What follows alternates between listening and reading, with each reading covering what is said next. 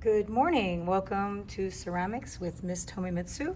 Today I'm going to show you how to use slab sticks, texture mats, and a piece of clay from Mother Earth to create a simple slice of slab, okay, that you can use for sculpting. All right, so to get started, you just take our clay, and I just have a chunk here that was freshly pugged, and I sliced it. It's probably about 1 inch thick. I'm gonna lay it down, and I'm gonna use 4 slab sticks total. So 2 on one side and 2 on the other. And it's actually, that will measure 1/2 inch. And my rolling pin also, another tool. We have a variety of rolling pins in the classroom.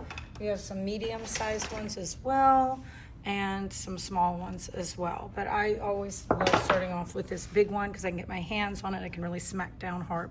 So I'm gonna lay my clay this way actually, and I'm just gonna slab.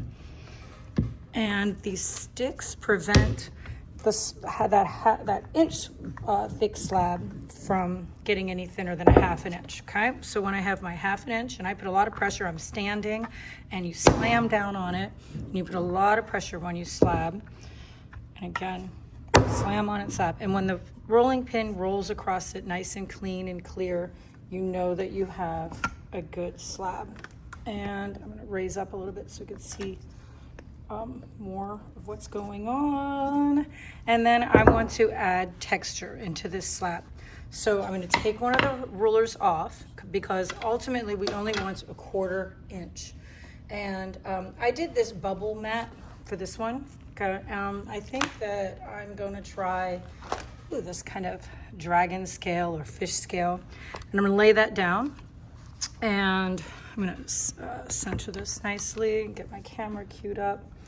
And, oopsie, it keeps shifting on me. And I'm just going to roll out again. Okay.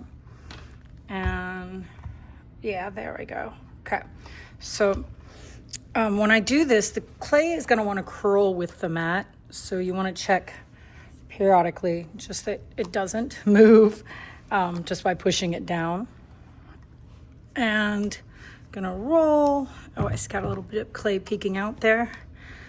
And again, just enough and firm enough, and I can smack this, but you want to roll firm enough. So again, your mat, my clay just rolls across. Okay, nice, and it's all the same thickness. Then slowly peel back, pulling like all the way back.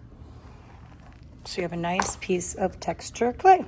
All right, so that's how to add texture to a slab of clay, and how to slab clay, how to add texture. And be sure to like, subscribe, and smash that notification button so that you can see our next step. Thank you. Bye-bye.